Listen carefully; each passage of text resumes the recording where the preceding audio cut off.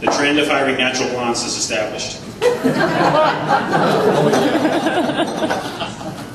Ginny spends one day in the plant, but after unloading a container of casein faster than Joe Barth, she was never allowed back in the plant. 1979, Ginny invents office-to-plant intercom. It's Ginny communicating with Leroy by way of carrier pigeon. Well, let's just say it was a pigeon because I believe rats are frowned upon in the industry. 1981, pre-computer age, bill of ladings are handwritten. Actually, that's still true. 1985, trying to cash in on the Christmas toy craze that year, Mr. Shipley tries to market casein patch kids. Doll hair made out of rented casein, not as popular with the kids as Dick had hoped. April 1986, Chernobyl nuclear disaster occurs within the Soviet Union. July 1986, Dick got a great deal on 15 truckloads of Ukrainian casein. I heard it was good stuff. 1988, Will Robinson is hired. Plant personnel scurry in fear, as do Mr. Shipley's daughters. Will joined the company after his Fuddruckers franchise had gone belly up. Someone mentioned Fuddruckers tonight. Ellen. She probably went to Will's Fuddruckers. The Robinson Burger, which was 2 all-beef patties and 3 shots of Jameson, just didn't sell. 1991, Will hires Tom Taylor. Alcohol consumption in Burlington County goes up 23%. Burlington County SWAT team is formed. 1996, Dick tells Ginny, don't worry, the internet's just a fad. And in case it isn't, I'll have Jane design us a website.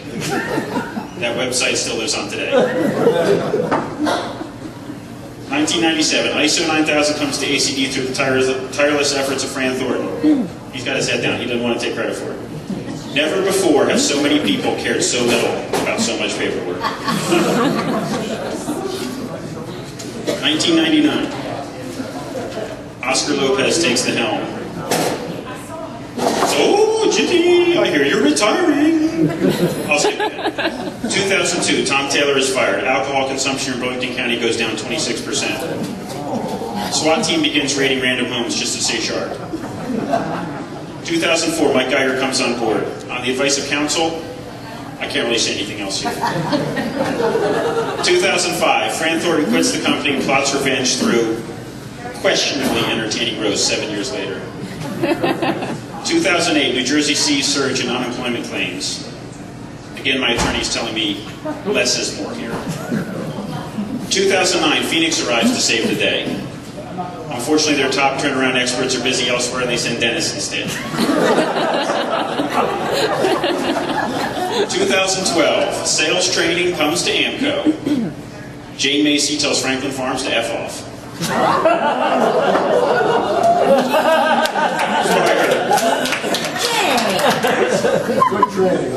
And finally, January 13th, 2012, Ginny retires after 34 years and 442 haircuts.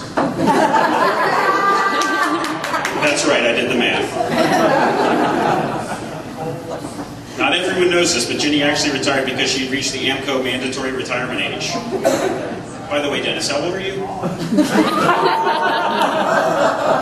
And now I'd like to ask someone to the stage who needs no introduction, except for those that don't know him.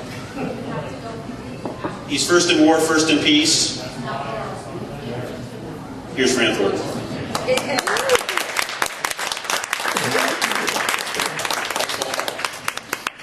It's here for Paul, huh? Good job. Everyone knows that Paul's a huge fan of the Dolphins. Or some like to refer to them as the dream team of the AFC.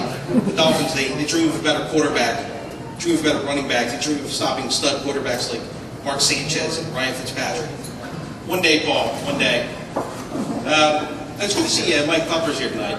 I didn't think Mike was going to make it here. I thought he was too good for us. By the way, Mike, Hugh Headley called and said he's only paying for the first year's lease. Good to see Chris Lockhart's here tonight. Chris, he recently retired from coaching Pee Wee football. Chris, I don't care what they say. I believe Chris when he says showering with the quarterback is all part of coaching. A lot of people don't know this, but Chris is John Gruden's understudy on Monday Night Football, which explains why he's unable to work late on Monday nights. Who am I kidding? Chris doesn't work late any day. I'm sad to see that Pat McCarron isn't here. I heard he had recently joined the healthcare industry, and from what I understand, being on a death penalty as well. Oh, sorry. I didn't know there were Pat McCarron fans here. Anybody really check he was on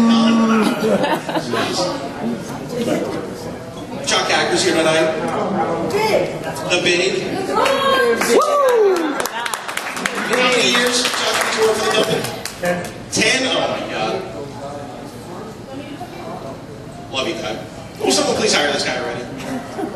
Everybody knows that Chuck loves golf, but what you don't know is that he recently became a member of the prestigious Indian Wells Golf Resort in Palm Springs.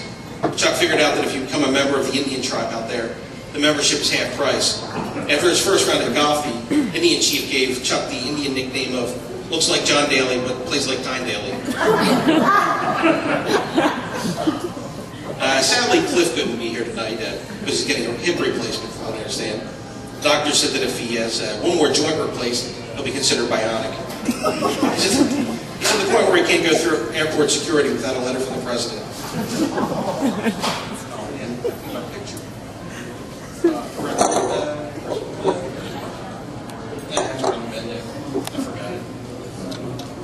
I was expecting Chris Mars to be here tonight. Shame he couldn't make it.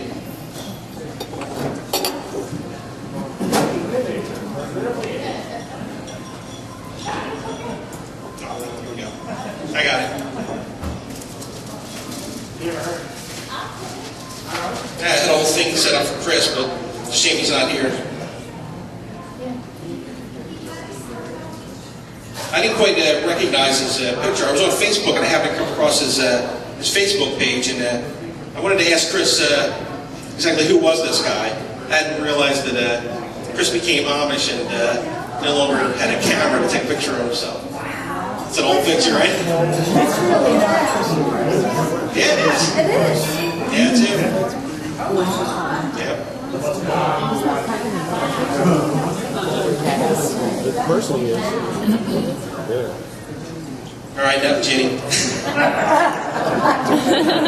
I know, it's almost over. When Paul asked me to come here tonight, I was told they were throwing a party to honor someone who was a constant rock for ACD over the years. Someone who was a shining beacon of hope when the storm clouds rolled in. Someone who epitomized dedication. And of course I said, Harold Jarrett's retiring. Talking about Ginny McKendrick, a true saint. I mean, anybody who would bear to be office mates with Bonnie for 8 years has been close to sainthood. Seriously. All right, Mike. Damn, did I see that? I mean, Bonnie and Ginny are as opposites could be. One's quiet, one's loud. Bitter and sweet. Yep. One's blonde gray, and one's so many colors we're not sure what a true color is.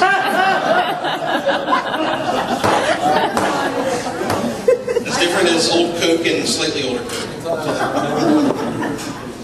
Took a special person in the room with Bonnie. I remember the day that Bonnie left the office, and she shared with Ginny and set herself up outside of Mike Geiger's office.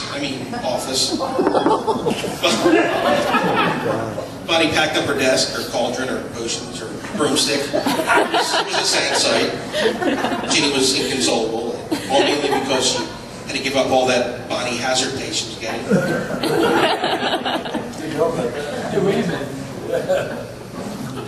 From what I understand, on her first day working with Mr. Shipley, she came home and told her husband that she wasn't going back. And that was before Bonnie even worked at the place. Not many people know this, but Ginny returned to work only after Mr. Shipley met her list of demands. Some of the list included every 4 weeks, Amco pays for her haircut on her lunch break, a bottle of Jack Daniels with every paycheck, and finally, she reserves the right to kick the sales manager in the nuts, no questions asked. I remember Ginny telling me 2 bits of business advice that Dick had passed along to her. One was wear shorter skirts. It was a different time back then. And second was, whatever you do, never hire family. I skipped over that one. But tonight is all about well wishes for Ginny in the next chapter of her life. So I leave you with the following. May you always have work for your hands